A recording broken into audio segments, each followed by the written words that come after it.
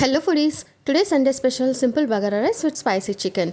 So ఈజీగా ఎలా చేయాలో చూసేద్దాం. ముందుగా ఒక గిన్నెలో 3 నుంచి 4 గంటల నూనె వేసుకొని తీసుకున్న గరం మసాలా దినుసులన్నింటినీ మనం వేడివేడి నూనెలో వేసుకొని కాసేపు ఫ్రై చేయాలి. ఇవన్నీ బాగా ఫ్రై అయిన తర్వాత 3 నుంచి 4 ఉల్లిపాయలు పొడవుగా కట్ చేసుకొని వేసుకొని 2 నుంచి 3 పచ్చిమిరపకాయలు కూడా వేసుకొని బాగా మగ్గించుకుందాం.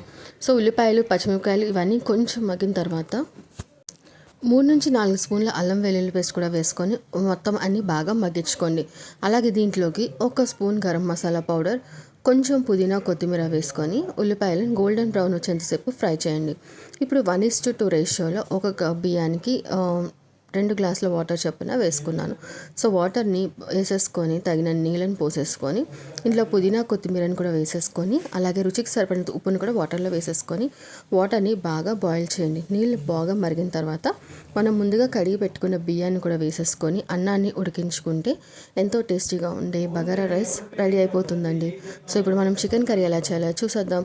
చికెన్ కర్రీ కోసం ముందుగా మనం ఒక గిన్నెని తీసుకొని 3 నుంచి 4 గంటలు నూనె వేసుకొని నూనె వేడెక్కిన తర్వాత ఉల్లిపాయ ముక్కలు సన్నగా తరిగినవి వేసుకొని కాసేపు ఫ్రై చేయండి. సో ఇందులో మనం 2 నుంచి 3 పచ్చిమిరపకాయలను చీల్కొని వేసుకొని కాసేపు ఉల్లిపాయ పచ్చిమిరపకాయ మగ్గించుకొని 1 స్పూన్ అల్లం పేస్ట్ కూడా యాడ్ చేసేసుకోండి.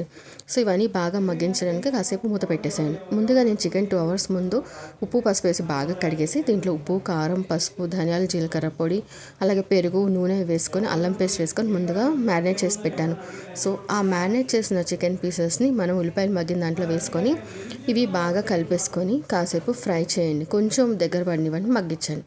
ఇప్పుడు మనం ఇవన్నీ వేసిన తర్వాత మనం వీటిలోకి మగ్గిన తర్వాత టమాటాలు 2 నుంచి 3 పండు టమాటాలు తీసుకొని ఇలా కాస్త టమాటా జ్యూస్ని తురుముకొని మనం మొత్తం కూర అంతా బాగా కలిపేసుకొని కాసేపు మగ్గించుకుందామండి.